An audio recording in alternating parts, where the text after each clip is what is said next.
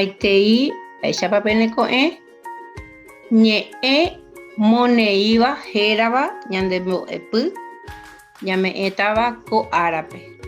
Oraciones afirmativas es el nombre de la lección que estaremos trabajando el día de hoy.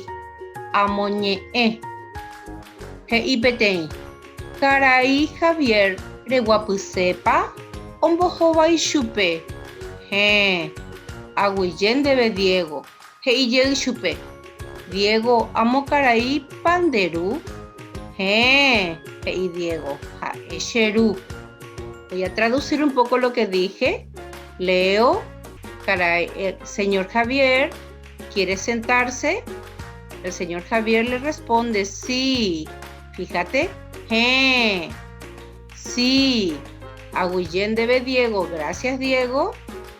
Otra vez le pregunta al señor Javier, Diego, amo caray panderú, ¿ese señor es tu papá?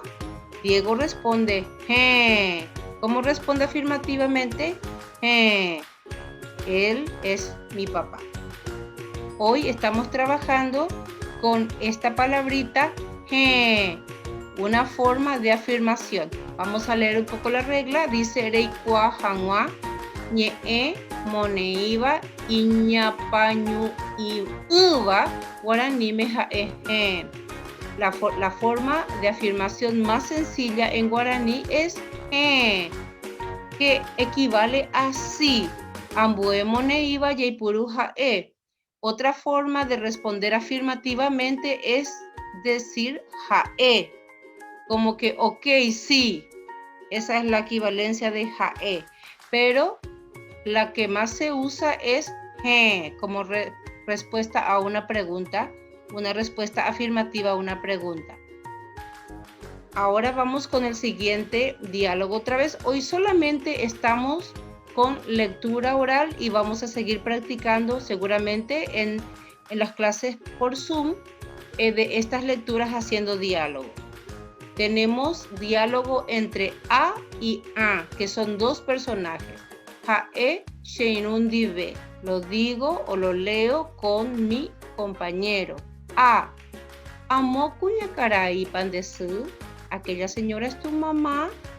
A. Ombojobai. A responde.